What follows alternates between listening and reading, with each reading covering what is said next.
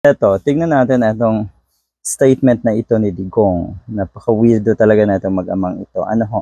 Sa ngayon, nasa punto sila na yung tipong sila daw ang biktima. Na andyan yung kanilang mga alipores, yung kanilang mga trolls, yung kanilang mga social media influencers, parang balik na rin ang sitwasyon. Para hanapan ng butas yung mga nag-uusisa at yung mga nagtatrabaho para nga busisiin ang mga confidential funds. Ito ang pahayag ni Digong. Tingnan nyo. Lagi siyang visible sa mga panahong ito. Yun nga, alam natin na posible talagang tumakbo sa pagkasenador itong si Digong.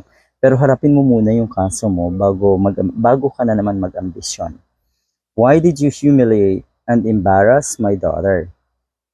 Parang pinalabas ninyo yung intelligence fund ibigay para kurakutin. Sino ba nasabing kukurakutin ng anak mo? Ang problema kasi wala namang maipaliwanag kung para saan yung confidential fund. Dahil nung una pa man, yung naging confidential fund ko netong si Sara Duterte, last year, 2022, hindi naman naipaliwanag kung paano nagastos in 11 days. Wala pong nagsasabi, ulit-ulitin ko na kukurakutin niya ng anak nyo.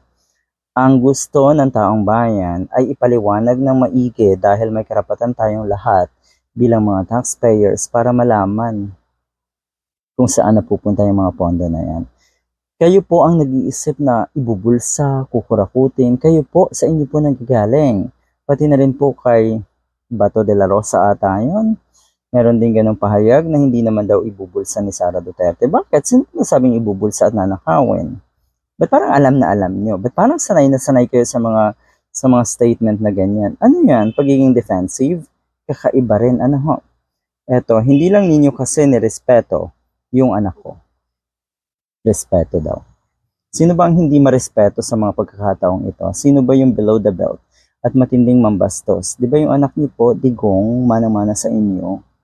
Okay, hindi naman niya nagastos yan.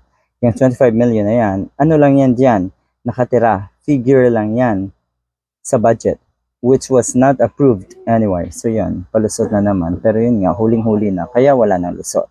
Nakakaya kayong mag-ama na. Nakakaya talaga itong mag-ama na ito. Ano ho? Mga garapal.